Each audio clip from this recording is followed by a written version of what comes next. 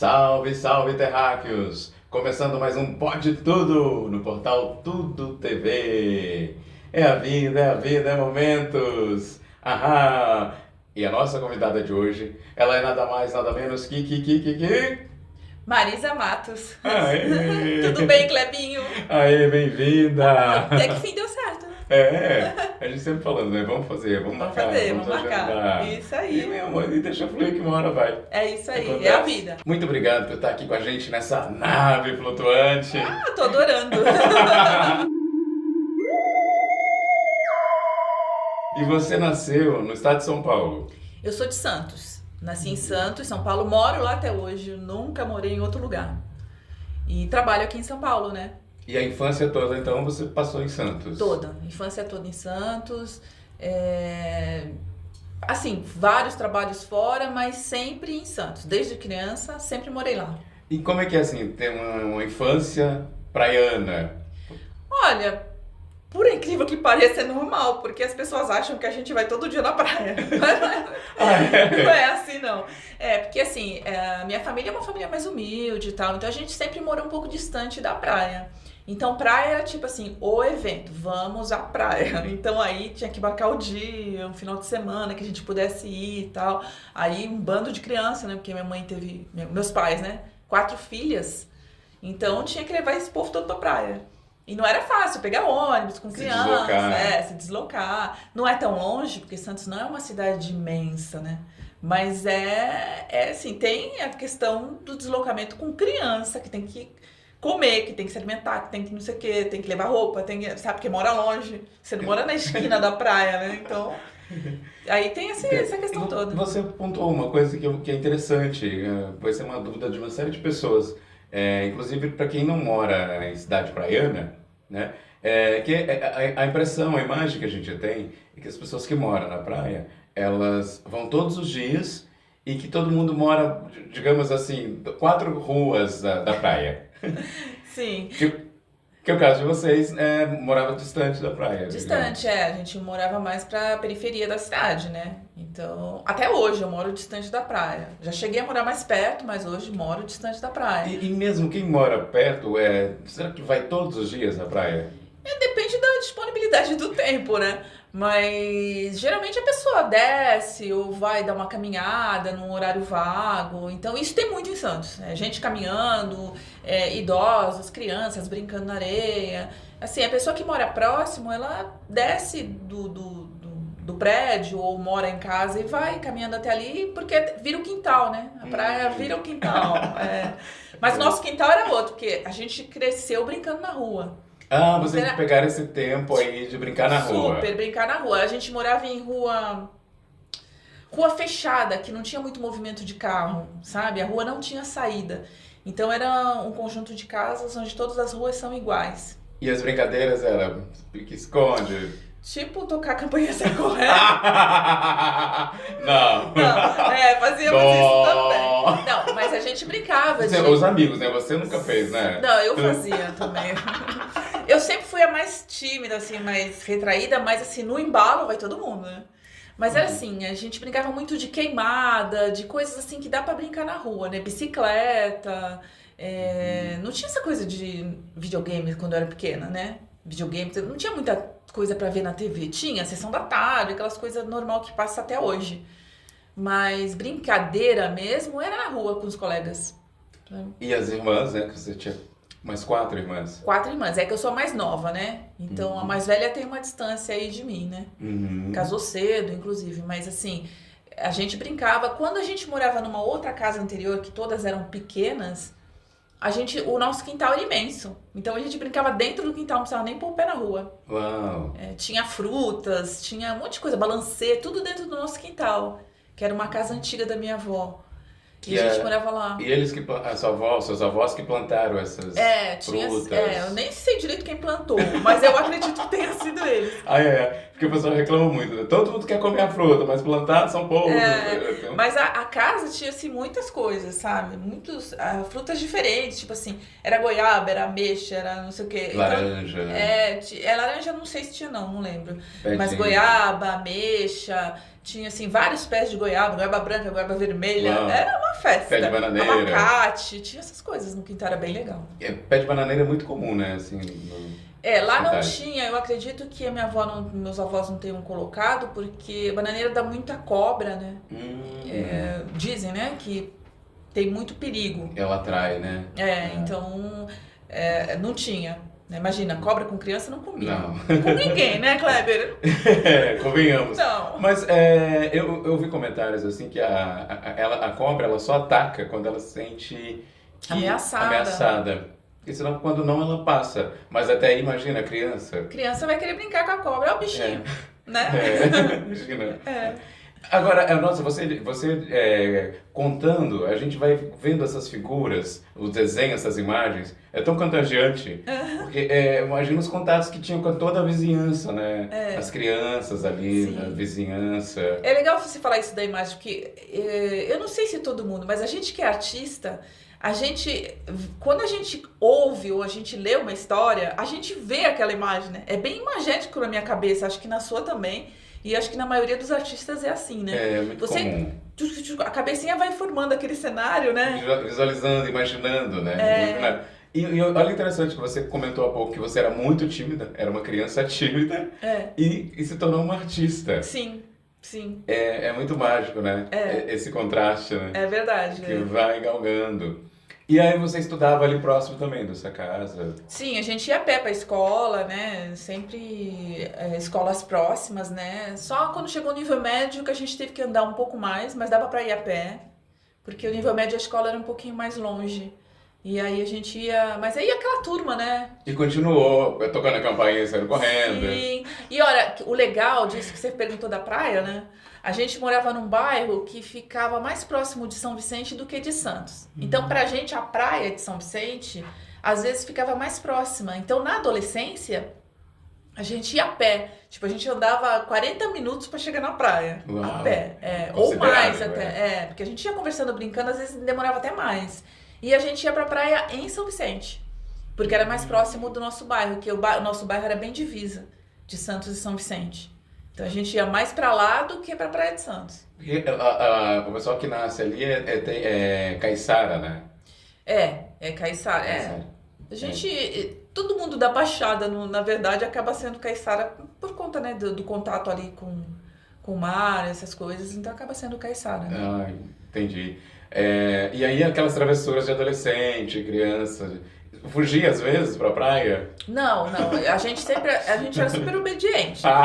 O que a gente extrapolava era o horário. Criança a gente nunca foi sozinha. Mas adolescente, né, já tava maiorzinho e tal, ia com os colegas mais velhos, porque já tínhamos colegas maiores de idade. Então, e as irmãs também. As irmãs também. Então a gente, tem que voltar às 4 horas, a gente voltava às 5, esticava, né, na esticadinha.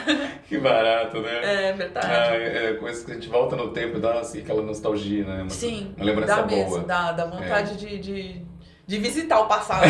De voltar no tempo. Não ficar lá, visitar. Voltar no tempo, né? É verdade. Dar uma passadinha por lá. E aí você vem depois pra área artística. Então, foi muito louco, porque quando eu terminei o nível médio, eu não sabia o que ia fazer. Porque, como eu falei, minha família é uma família humilde e tal, então ninguém tinha feito faculdade, ninguém tinha... Então, na escola você aprende, tem a faculdade, vê o que vocês querem fazer e tal. Tanto que eu fiz o nível médio, eu fiz técnico, que já queria sair para trabalhar, entendeu? Já queria trabalhar. Aí, quando eu terminei o ensino médio, eu fui assistir uma apresentação de dança de uma amiga. Lá em Santos? Em Santos. Quando eu cheguei, que eu vi, era um festival de dança, que o Sesc promovia. Quando eu cheguei, que eu vi aquele festival, gente, é isso que eu quero fazer da minha vida. Eu quero fazer isso daí, eu quero dançar. Aí fui, me matriculei no Sesc e comecei a fazer aula de dança. Isso já 17 anos, sei lá. Já mais velha, porque eu terminei o ensino médio, 16, 17 anos. Então eu não comecei dança quando eu era pequena. Foi nessa época. E tem aquela coisa da idade ali, 17, vai atingir a maioridade, aí de repente vai ter que ir embora de casa. Rolou esses grilos assim? Não, até porque nossa família era tipo assim, só sai de casa quando casar. Ah, Era assim, E como eu falei, eu era obediente. Eu ainda sou. Obediente. Então tudo bem, beleza, sabe? Só. Porque outro dia eu estava conversando com uma adolescente nessa transição 17 para 18 e ela me disse que estava um pouco preocupada que ia atingir a maioridade e que com receio se os pais iam falar para ela, olha, agora você precisa ir embora de casa, cuidar da sua vida. Eu acho que isso é mais fora do Brasil. Aqui no Brasil eu acho que é muito. Tipo, eu tenho um sobrinho que é adulto e mora com os pais, solteiro, e não quer sair de casa, e não fica sem o feijão da mãe. Entendeu? É muito louco. Ele não quer. As culturas, né? Eu acho que percepção de vida. De fora é mais. Estados Unidos, acho que é mais assim, né? Até porque lá eles saem pra morar na universidade, né? Alguns aqui também, porque tem a USP, o Unicamp, que tem os alojamentos, né, tal. Sim. Mas eu acho que essa questão de ter que sair é mais cultural mesmo. Então, no seu caso, você não teve essa preocupação? Não, foi uma etapa assim tranquila? Não, foi super tranquilo. E aí eu comecei a fazer dança e, como eu falei, a dança, ela foi me levando pra arte de uma forma assim, que as pessoas começaram a falar algumas coisas, você tem expressão, você é expressiva, tal, não sei o quê. Que você foi assistir a apresentação de dança. Isso, aí eu entrei nas aulas de dança. Comecei a fazer aula de jazz, aí no jazz as professoras falaram para eu fazer o ballet clássico, porque era a base para toda a dança, e acharam que eu tinha jeito para coisa. Aí eu fui fazer o ballet clássico e tudo, mas eu nunca fui uma bailarina clássica. Mas sempre com a técnica clássica embutida nos trabalhos, né? Porque da onde vem a dança... Tem essa técnica clássica nas danças, né? Então você domina a dança numa área que você... Sim, dança moderna, essas coisas contemporânea. Aí eu sempre... Já dei aula, inclusive, de dança. Uau! Já dei aula de expressão corporal para teatro. Já fiz umas coisas assim bem diferentes. E aí como entra o teatro, né? Porque até então você foi assistir a aula de dança, você cantou, começou a fazer dança... E aí como veio o teatro? Então, o teatro foi porque assim, como eu fazia dança e eu tinha uma certa expressão corporal e até no rosto e tudo, as pessoas achavam que eu passava a mensagem. Aí começaram a falar, faz teatro, faz teatro. Aí eu fui procurar um curso de teatro, falei, vou ver qual que é. E aí, o primeiro curso de teatro que eu fiz, eu me apaixonei, sabe? Que é o bichinho que come, né? No teatro. Pega a gente e não larga mais. E quem faz é que sabe, né? Aí eu comecei assim, fiz um curso de teatro, aí depois apareceu uma companhia de teatro que estava fazendo uma apresentação junto com dança. E aí a gente juntou essa turma e a professora de teatro acabou me incluindo no coro dela, no coro do teatro. E aí eu comecei a trabalhar com ela, já fui fazer o curso dela também. O pacote. Aí ela já montou uma companhia de teatro. Uau! Daí ela exigiu que a gente tirasse o nosso DRT. O DRT, o Terrax, pra quem não sabe, que é um registro, né? Isso. Dos atores. Isso. E aí o registro profissional, ela queria que a companhia dela tivesse o registro profissional. Daí a gente reuniu todo o nosso material e viemos aqui em São Paulo, no SATED, para fazer o nosso exame de banca, né? Que é o Sindicato dos Artistas. Sindicato dos Artistas. Porque um tempo atrás, uns anos atrás, né, era muito comum ou fazer uma escola, né, Célia Helena, Macunaíma, William Shakespeare, e aí tinha também essa possibilidade de prestar banca, né? Isso. Que era difícil, né? Difícil e se pagava, não sei como que é hoje. Hoje eu não tenho ideia como que o SATED faz, se ainda existe a banca. Essa questão da banca.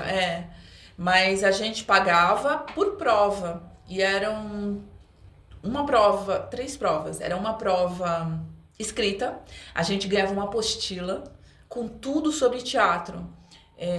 Técnica, história do teatro, técnica, o que é rotunda, o que é, sabe? Shakespeare. Quem é Shakespeare. Tennessee Williams.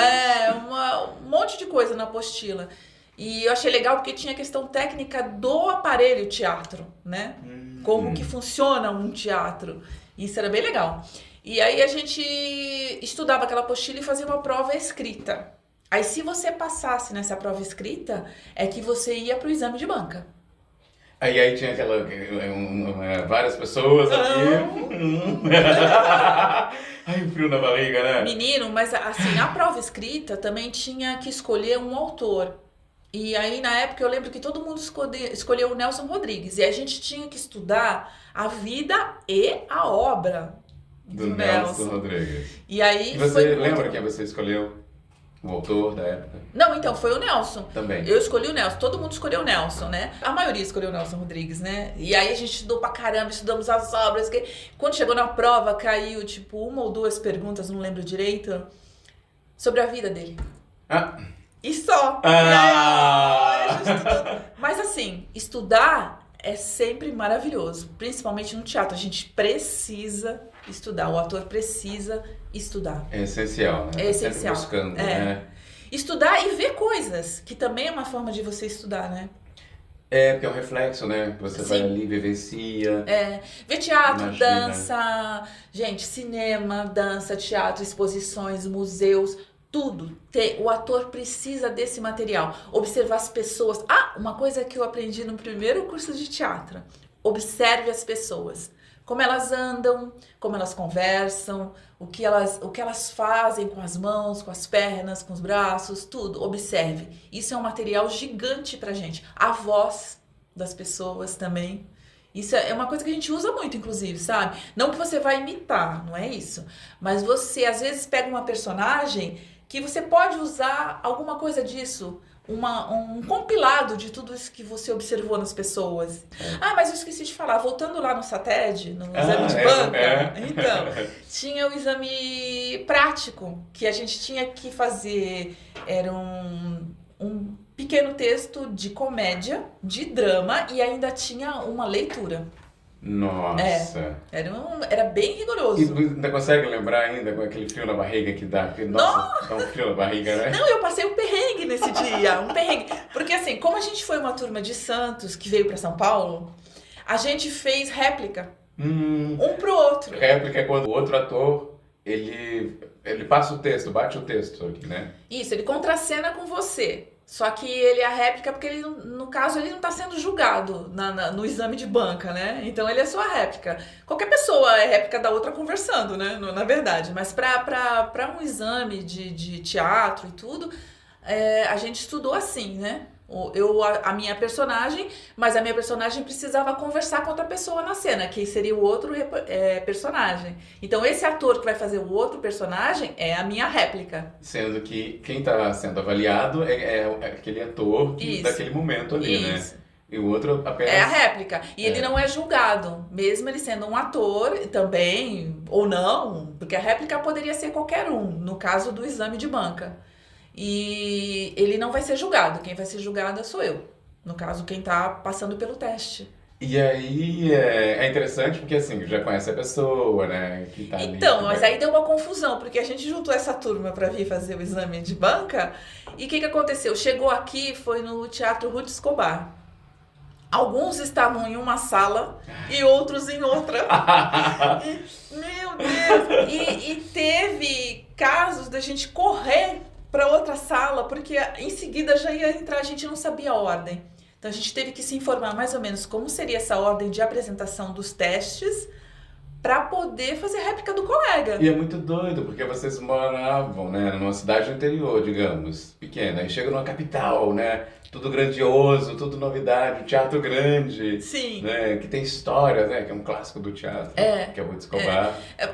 Muitas pessoas que vieram, que todos já eram atores, né, já atuavam, eu também. A minha carreira era mais curta do que alguns, mas tinha gente com bastante experiência que já tinha se apresentado fora, inclusive, né?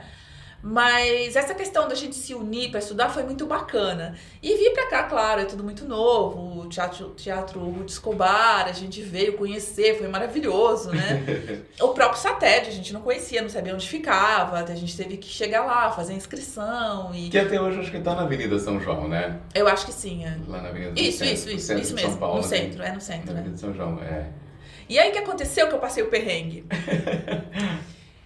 Eu consegui fazer a réplica de quem eu ia fazer. Só que a minha réplica não chegou pra fazer a minha. E aí, porque ele tava fazendo teste, ela tava fazendo teste na outra sala. E eu esperando, ela não chegava. Eu falei, gente, o que eu faço agora? E eu não conhecia ninguém das pessoas que estavam na minha sala fazendo réplica. Fazendo teste, né? Desculpa. Aí eu conversei com uma menina que estava fazendo réplica para uma outra pessoa. Aí eu falei pra ela, olha, será que dá pra você quebrar o galho de fazer minha réplica? Eu tô com texto aqui. Aí ela não fala nada, porque era Mais Forte. Não sei se você conhece o texto da Mais Forte. De um nome assim, não tô lembrado. É Strindberg. A Mais Forte, ela fala, e a outra pessoa só reage. Tá. Ela não tem texto. Tá sentada numa mesa, tal, lendo um jornal. E, na verdade, é um homem, eu acho. Não, era uma mulher. É uma mulher mesmo. A cena que eu escolhi, né? Uhum. E aí, a moça topou. Ela falou assim, olha, eu faço, mas você tem que explicar pra banca que eu sou atriz profissional, que se eu errar, pra eu não me prejudicar. Ela já tinha o DRT. Ela já tinha o DRT, não tinha como. Mas ela ficou preocupada que queimasse o filme dela. Nossa. É uma encarnação, ser humano, né? Mas aí ela foi e fez pra mim, né? Eu nervosíssima, porque, né? Falei, putz, agora? Imagina. Mas ainda bem. Então, ainda bem que eu escolhi uma cena que a outra não tinha texto. A réplica não tinha texto. Então. Porque tem que esperar a deixa. Tem que esperar a deixa. Que a deixa no teatro, porque não é do teatro, é esperar aquela fala pra você entrar, né? Pra você entrar. Porque daí, se tivesse que dar deixa. E ainda não entrava deixa, você tinha que... Verdade, Mas ela tava com o texto na mão, então ela tava acompanhando o meu texto, né? Então, mas eu passei um super perrengue, porque... Imagino. Nossa, foi muito louco. E aí a cena fluiu. Ai, foi. E aí, passou? Passei. Foi aprovado? Passei. Pegou o DRT? Peguei o DRT. Mas tinha uma comédia também, né? Tinha uma cena de comédia. E você fez primeiro drama ou comédia? Lembra? Eu não lembro, mas eu acho que era primeiro drama. Porque depois eu fiz... O que aconteceu? Como eu fiz a réplica do meu amigo, na comédia, a gente fez a mesma cena. Nossa, que ousado! Então a gente fez escola de mulheres. Ele fez o cara e eu fiz a moça, né, da escola de mulheres. E então ficou bem engraçada a cena, tal. Ele também era um ator muito engraçado, tal. Já tinha afinidade. Já. Então a gente fez essa cena e ele fez a réplica pra mim. Não, eu fiz pra ele primeiro e depois ele foi e fez a minha. E deu tempo. Nesse caso deu tempo, só não deu tempo na outra cena. Eu tinha entendido que vocês dois fizeram já valendo pros dois ali. Não, porque eram salas diferentes. Aí, engraçado que quando a gente chegou na sala dele, ele ficou nervoso, errou o texto. Aí eu falava... Porque assim, a réplica pode ler. Mas como eu ia fazer a mesma cena, eu tava com o texto na mão, mas eu ia falando pra ele, porque daí eu já tava ensaiando também, né? Sim. Aí ele errou algumas vezes, tal, e ele ficou nervoso, tal. Quando ele engatou, eu errei. Que réplica! Que como diz, quer puxar o tapete? Nossa. Aí os jurados falaram assim, não, você pode ler, eu falei, eu sei, que você vai fazer na outra sala? Eles se tocaram. Falei, vou fazer na outra sala, mas é que eu fiquei um pouco nervosa, né, porque ele tava errando, tadinho. Mas ele passou também. Foi uma coisa assim, sabe quando dá uma trava num momento X? Foi uma trava. E eu acho que o sistema nervoso, né, também colabora. Nossa, é muita coisa. Porque você começa, o cérebro vai a mil, né? Dizendo, eu tô sendo avaliado. Sim, tensão. A obrigação, né, que o adulto tem aquela obrigação, na maioria, né? Não, tem que passar, eu tenho que ser aprovado, eu preciso, tenho... Porque a criança não, a criança já é mais de boa. O exemplo na dublagem, as crianças chegam e dominam, elas vão pra frente do microfone. Elas não têm o filtro que a gente tem no sentido da exposição. A cobrança. Tipo, de boa. Tira de letra. Eu vi uma cena uma vez, eu vou contar que não tem nada a ver com teatro, mas eu vi uma cena, aí entra a questão da observação. Eu vi duas crianças brincando na garagem do prédio. E aí a menina veio correndo e falou pro menino, fulano, não lembro o nome do menino, eu vou chamar de José. José. Ele, meu nome não é José mais, meu nome é Paulo. Ela, Paulo, vem comigo. Mas, cara, mas foi no momento, assim, exato. Embarcou. Tipo, não, sabe, a criança não tem essa... Mas por que você mudou de nome? Mas, sabe, ela não tem isso. Esses questionamentos, tudo né? bem, você quer ser chamado de Paulo, amigo? Beleza, agora vem comigo, né? Teatro infantil você fez? Muito. Muito, muito. E é uma escola, teatro infantil, né? Porque o teatro infantil, ele... Que nem... Tinha coisas que a gente fazia que eram 5, 6 personagens. A gente tinha que mudar a voz, mudar figurino, ou colocar um acessório pra fazer os outros personagens. É uma correria do caramba. E é muita informação para pouco tempo, né? Sim. E é muito louco porque as crianças, elas embarcam. E se você não tiver seguro no que você tá fazendo, e uma criança, tipo, te questionar, ferrou. Você tem que estar muito seguro pra responder, pra sair daquela situação. Ser rápido, preciso ali. Muito. Clássicos, os grandes clássicos, assim, fez algum? Chegamos a fazer, foi outro perrengue. Eu tinha uma companhia que eu fazia parte em Santos, né, de teatro. E já uma outra, não aquela que exigiu o DRT, né? E a gente resolveu estudar Monteiro Lobato para fazer uma peça sobre Monteiro Lobato. Só que era a nossa primeira peça, nosso primeiro grupo. A gente não pediu o direito autoral antes. Então a gente deixou para pedir o direito autoral depois que a peça já estava escrita. Mas já estava ensaiando, montada? Tudo montado, figurino pronto, parari, parará. E a gente chegou a apresentar, tipo assim, bairrista. Só em Santos, para ver se funcionava. Só que quando a gente foi pedir o direito autoral, a filha do Silvio Santos tinha todos os direitos autorais do Monteiro Lobato. A gente usava um capítulo de um livro. A gente leu todos os livros dele para criança. E a gente usava só um capítulo de um livro. E ela não liberou. Ela não liberou porque ela já tinha liberado para um outro grupo usar Monteiro Lobato. E ela simplesmente falou que não ia liberar para outras pessoas. E tudo bem, direito dela. Ela comprou os direitos autorais. Só que a gente, pela inexperiência, já tínhamos o nosso DRT, já sabíamos de tudo isso, mas deixamos para pegar o direito autoral depois. E aí foi uma coisa. Isso é muito importante, né? De estar atento, são muitos detalhes, né? E é direito. Direito é direito, né, gente?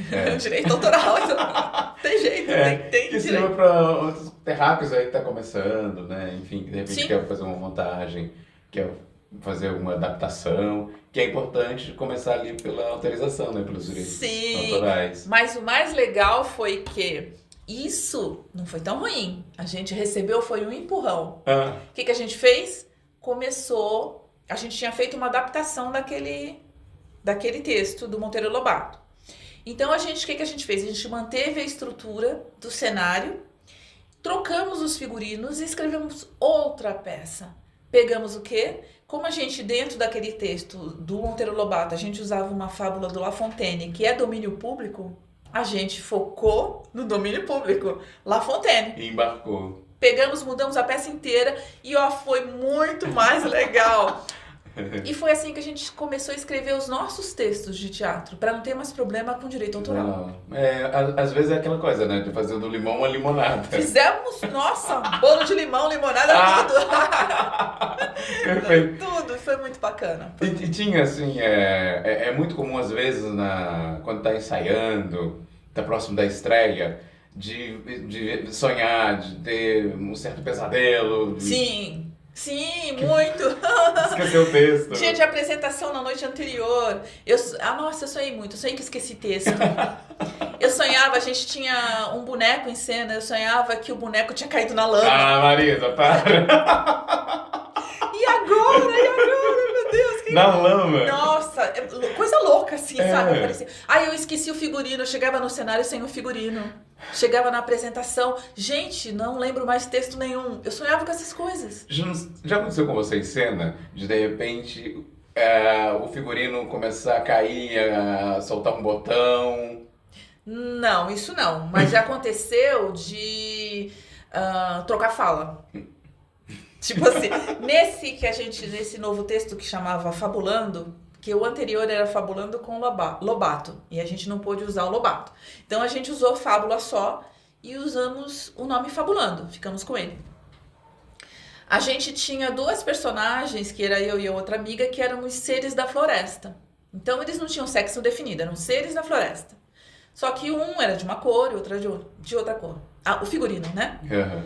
E a gente tinha um bate-bola geral, porque a gente levava a peça viajando pelas fábulas, e nós fazíamos todas as fábulas. Tinha a menina principal, mas os seres eram que faziam as fábulas.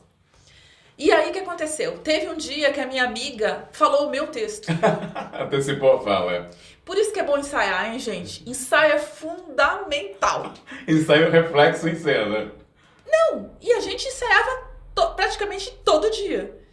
Por que é bom ensaiar? Porque você decora o texto do outro.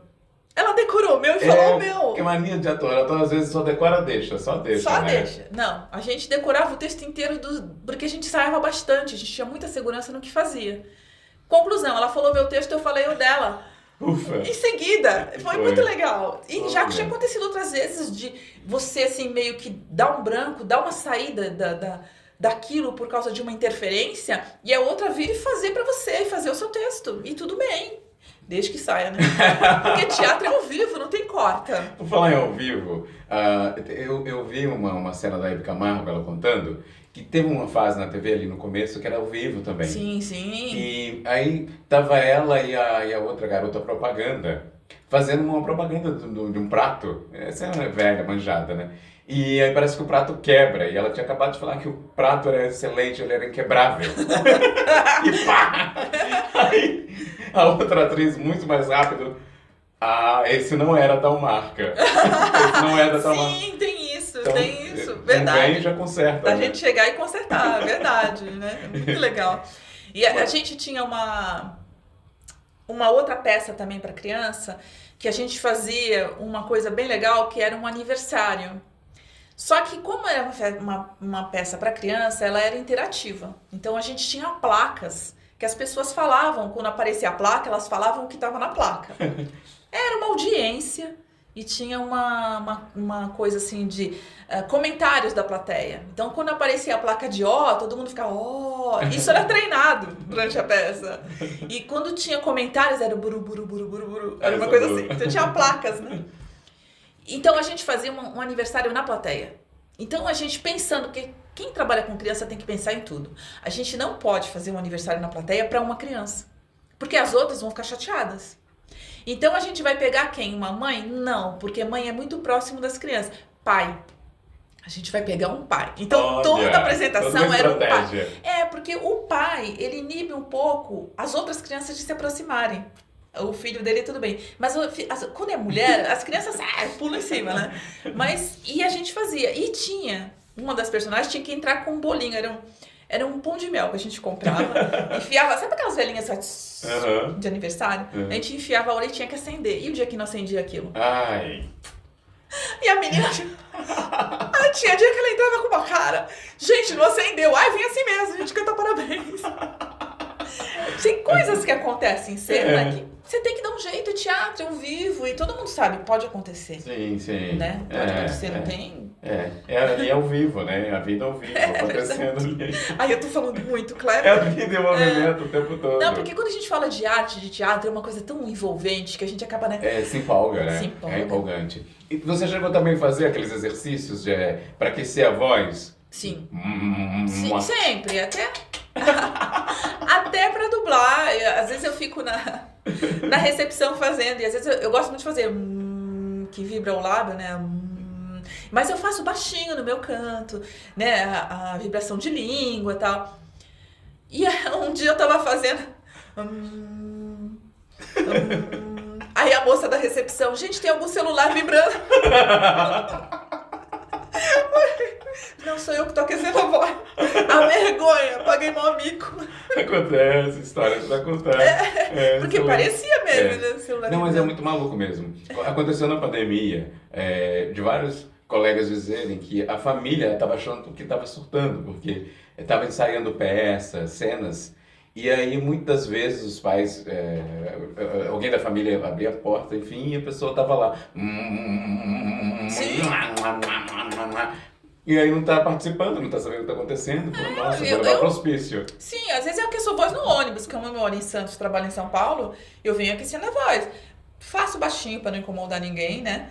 Mas às vezes faço umas caretas. Se alguém estiver me olhando, vai achar que eu tô maluca. Mas... Eu acho que as caretas é terrível, assim, né? Pra quem tá de fora. Não, deve ser horrível. Não, até eu, se eu fizer no espelho, eu... Dá um acho horroroso. Dá um estranhamento, né? Dá um estranhamento, sim. Pra quem tá de fora, né? Fazendo careta, voz. Mas precisa aquecer, né? É importante. todos os músculos, né? Pra gente falar, pra gente articular bem. A dicção, né? É a dicção, tem que articular, tem que... Principalmente, assim, apesar do microfone, a gente não precisar projetar tanto a voz, se você fala com a boca muito fechada, a não ser que a personagem exija, algumas coisas não ficam entendíveis, então você tem que articular pra falar, né? E aí, em que momento a dublagem entra, vem esse bichinho da dublagem te puxando?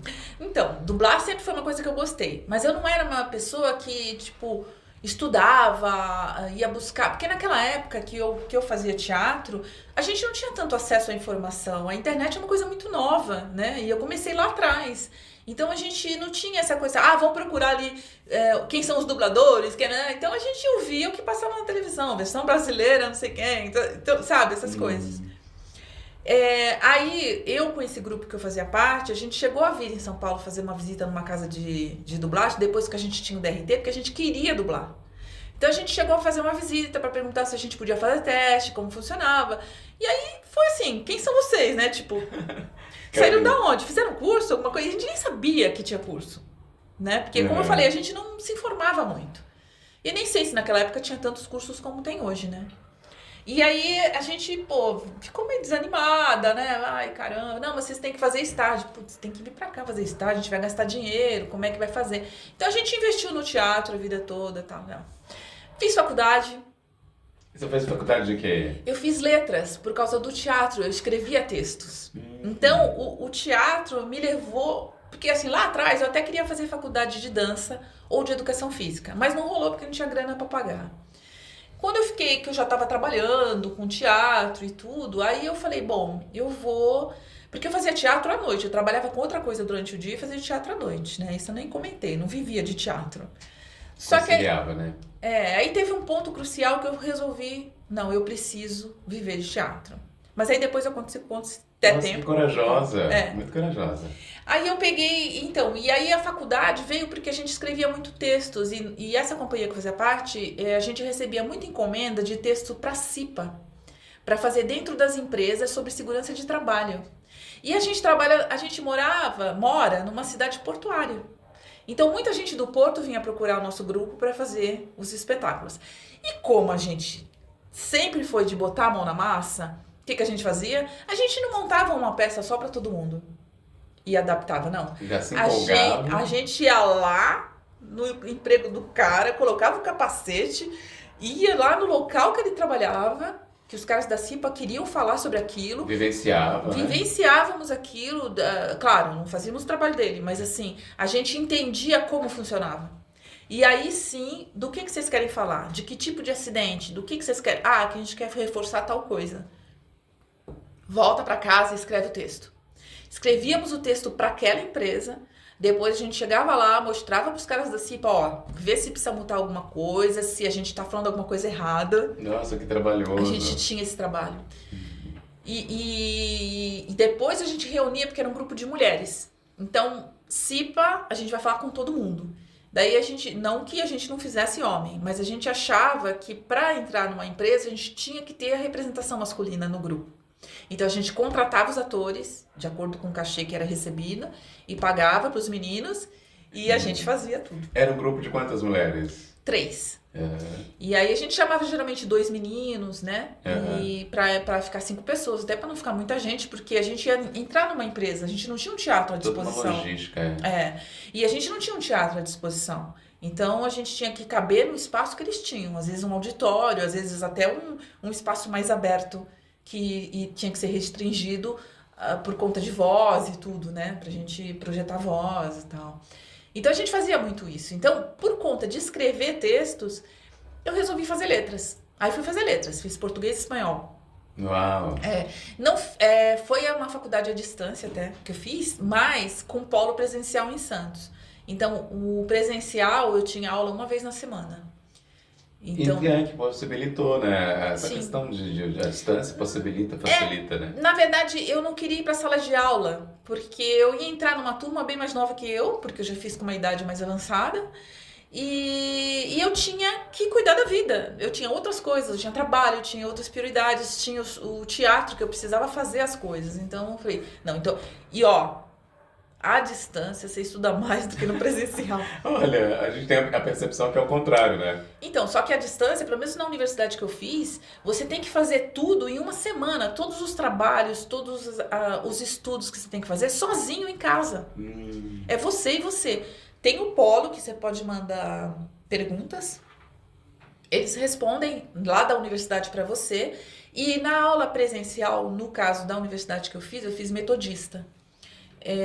A aula presencial era ao vivo, à distância. Então o professor estava lá, você podia mandar através do monitor da Esse canal sala. de comunicação. Tinha. Então eles respondiam em tempo real.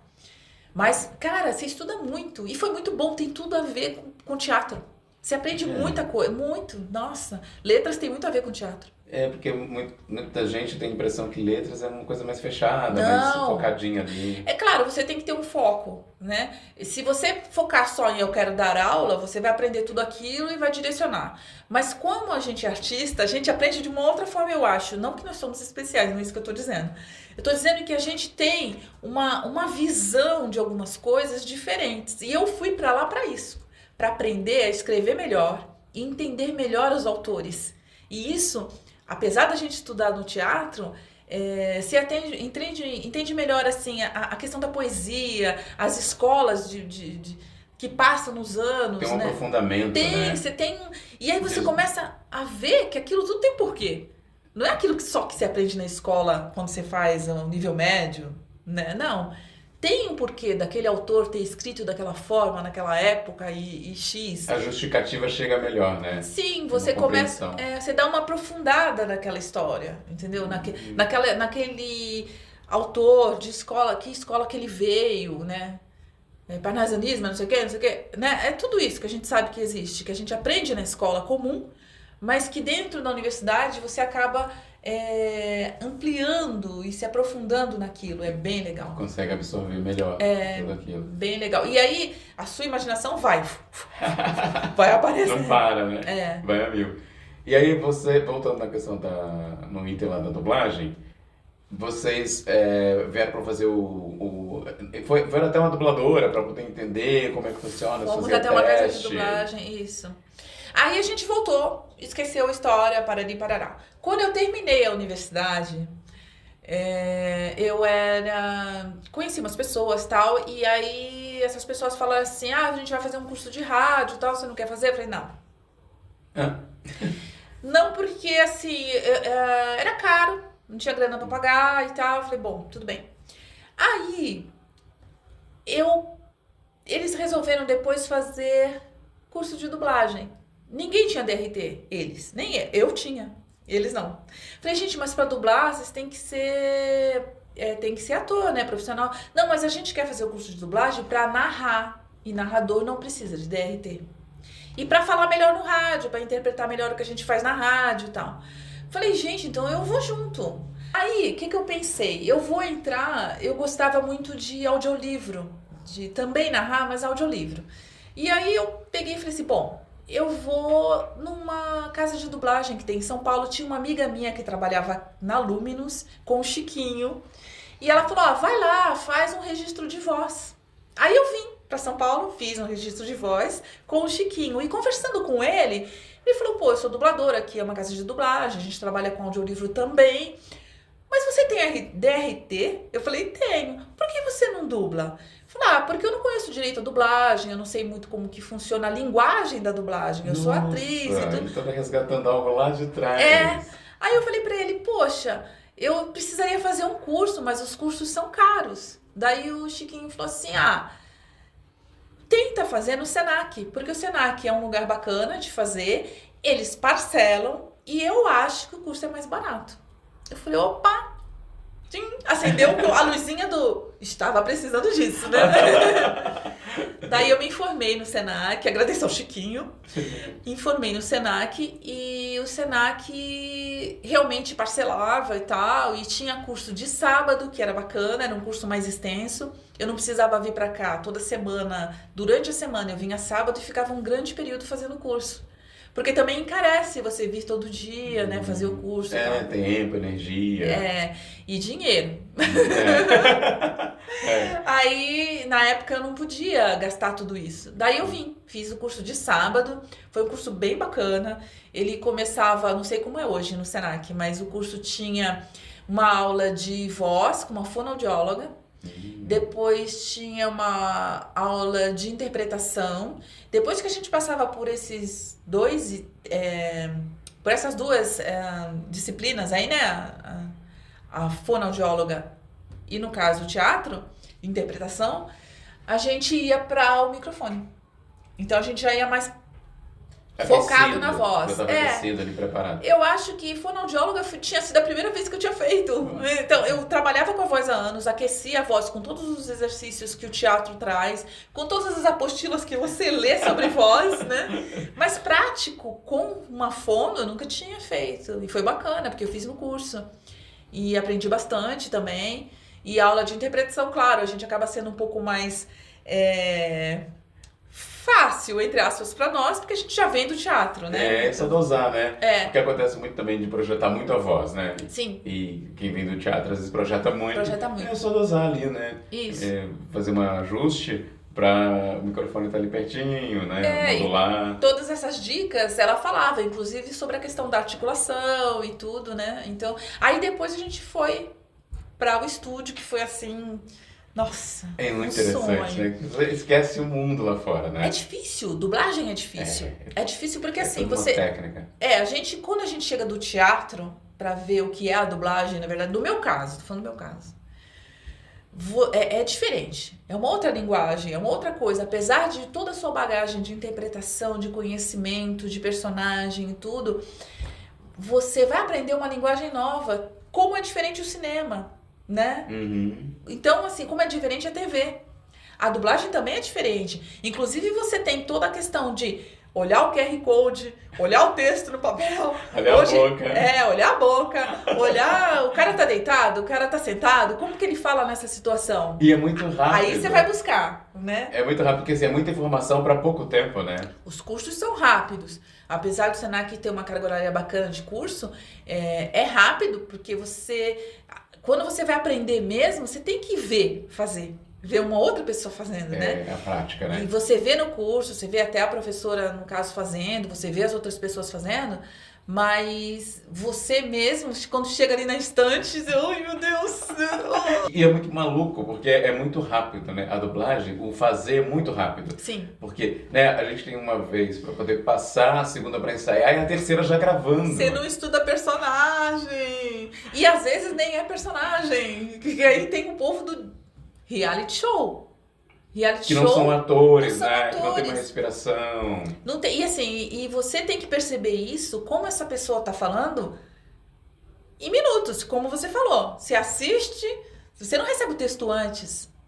Então você assiste, você passa, você... Grava.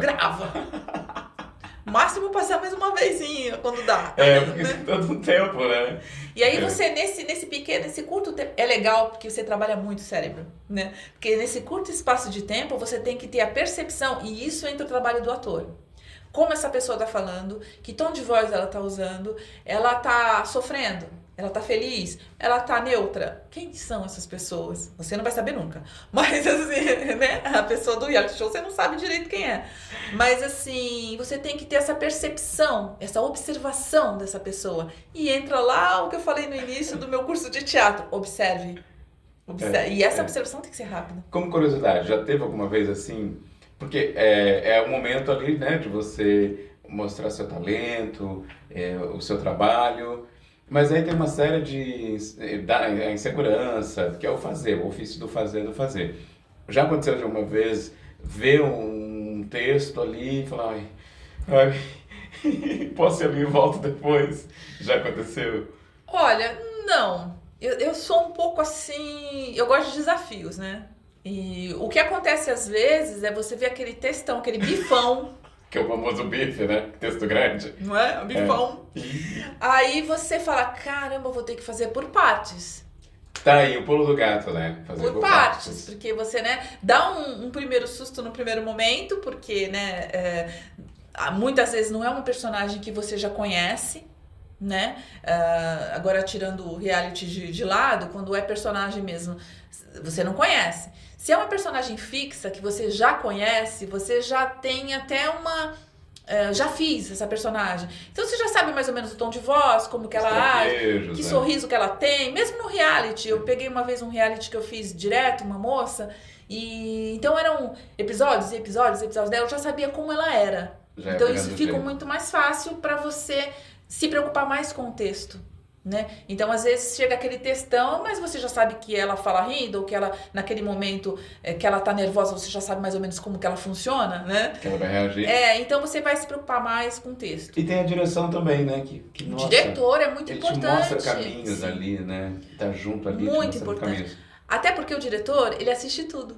A gente só vê o que a gente vai gravar. Verdade. Né? Então o diretor, ele sabe que ela vem do X e vai pro Y, que a outra personagem vai fazer tal coisa. Então o diretor tá ali, ó, pra isso. E não tem medo de errar, né? Não. Porque acontece muito de nós, não vou errar, não posso errar. E acaba errando, né? Justo. Sim. Porque o medo. A gente se sabota, né? Tem a autossabotagem. Sacanagem. A Isaura, ela dizia, né? Que em alguns momentos ela via os bifes, ela tinha medo, mas ela respirava, confiava na direção e ia. Sim. E aí depois ela saía dali e falava, como que eu consegui fazer aquilo? Não, e quando tem palavras assim difíceis, por exemplo, quando é um reality muito específico de, sei lá, de medicina, vamos supor, que aí vem aqueles termos que você fala, caraca, como que fala esse negócio? A pronúncia. Não é a pronúncia. Então você fica, né, essa palavra é difícil de falar. Então, às vezes, eu peço uma licença pro diretor, eu posso passar, pera aí um pouquinho, segura aí. Aí eu passo umas vezes a palavra. Tem uma dica. Ponho ela no contexto. Você escreve em português, ela separado, como se pronuncia, aí vai. Assim, quando é a palavra em inglês. Ah, não, isso eu faço também. Super usa essa técnica. Aí vai, né? A técnica do embromation, né? Porque não embromation no sentido... O embromation na escrita, né? Sim, você escreve como fala. E vai que vai. E vai que vai. Tem texto que vem assim. Tem algumas casas que, às vezes, quando a palavra em inglês não é uma palavra muito usada, ou quando são nomes, a casa coloca do lado a pronúncia, como a gente tem que falar, com os acentos que a gente tem que falar. Isso é bem bacana. Conjugue um verbo. Atuar. Eu atuo, tu atuas, ele atua. Nós atuamos, vós atuais, eles atuam. Então, Kleber, eu esqueci de falar. Teve um momento que eu trabalhava com outra coisa antes de fazer o teatro só, né? Então eu trabalhava num escritório e aí à noite eu fazia teatro. Conciliava, né? Ia conciliando. Isso. Só que aí teve um momento da minha vida que eu falei assim, não, eu vou parar de fazer isso que eu tô fazendo porque eu tava aborrecida com as coisas que estavam acontecendo naquele lugar que eu trabalhava e vou viver de teatro. E isso foi uma loucura na minha família, assim, porque todo mundo, tu é louca, tu tem um salário fixo, tu vai viver de quê? Não, vou viver. Largar o certo pelo duvidoso. Mas eu fiz. E isso teve um porquê. Foi na época que meu pai adoeceu. Pouco antes dele morrer, ele teve internado, adoeceu. Quando eu vi meu pai numa cama de hospital, eu olhei pra ele e falei assim, o que eu tô fazendo da minha vida? Sabe, meu pai todo cheio de vontade de viver e ele ficou doente. E ele não podia fazer o que ele gostava. E o que eu amava fazer era o teatro. Então eu falei, gente, eu preciso correr. Eu preciso correr porque o tempo corre. Meu pai tá aqui, a vida é frágil. Eu não posso ficar sem viver isso. Eu não vou ficar me aborrecendo naquele lugar onde eu tô trabalhando para ganhar dinheiro. Acho que a vida é muito mais que ganhar dinheiro. A vida é a gente viver as coisas que a gente ama. Infelizmente foi num momento muito triste da minha vida que aconteceu. Mas foi o empurrão. A vida te mostrando, cara, tu vai esperar até quando? E aí você quis viver mesmo, se permitir, sentir, né? Sim, fui correr atrás do meu sonho, da minha vontade, da minha aptidão também, né? Ia fazer sentido mesmo, né? Ia fazer sentido pra você. Sim. Não que eu não gostasse do que eu fazia, mas eu estava muito aborrecida com o que eu estava fazendo. E vivendo o teatro em momentos que sobravam. E eu preciso viver isso. E nunca é tarde, né? Pra gente direcionar, recomeçar. E o artista é aquela coisa, o que eu faço com isso tudo que eu tenho dentro de mim? O que eu vou fazer com isso? Eu preciso mostrar, eu preciso pôr pra fora, entendeu? E eu acho que o artista tem isso. Acredito que você sinta isso também, né? Essa coisa que fervilha dentro da gente, que a gente quer mostrar, que a gente quer fazer. E não é exibicionismo, é necessidade de mostrar para os outros, de viver isso. De ter né? essa troca, essa energia. Essa troca, porque assim, nada como palco para você sentir essa energia toda fluir, né? O palco ou qualquer outra coisa que a arte demande, né? Que E ela você se salva, sente. e a arte salva mesmo. Sim. Muitos casos de pessoas que estavam com problemas e que vai pro teatro, assiste uma peça, sai de lá transformado. Isso. Lá achou uma solução para o problema. Nós somos meio que terapeutas, né? Intermedia. Que não é a nossa função nem a nossa intenção, mas a arte, ela, como você falou, além dela salvar, ela incentiva. Então, às vezes a pessoa vai triste porque não tá achando um caminho e ela acredita, ela sonha. Ela sai com um respirar, aquele momento que ela se entregou para aquele trabalho, ou de teatro, ou de dança, foi numa exposição, ou no cinema, ela sai dali renovada. É transformador. É transformador. Isso é muito bom. Obrigado pela sua presença. Eu que agradeço, Kleber, foi muito bom. Essa energia, a gente ficaria aqui horas e horas aí falando de arte, né? Verdade, que arte é vida. Nossa, a gente, né, faz rave falando de arte. Boa. Você quer deixar seus contatos? Sim, pode ser Marisa Matos, @MarisaMatos atriz, Instagram. Obrigado! Eu que agradeço, foi muito bom. E vocês, terráqueos, muito obrigado aí pela audiência de vocês. Um beijão no coração de cada um de vocês. E ativem o sininho, dê o joinha.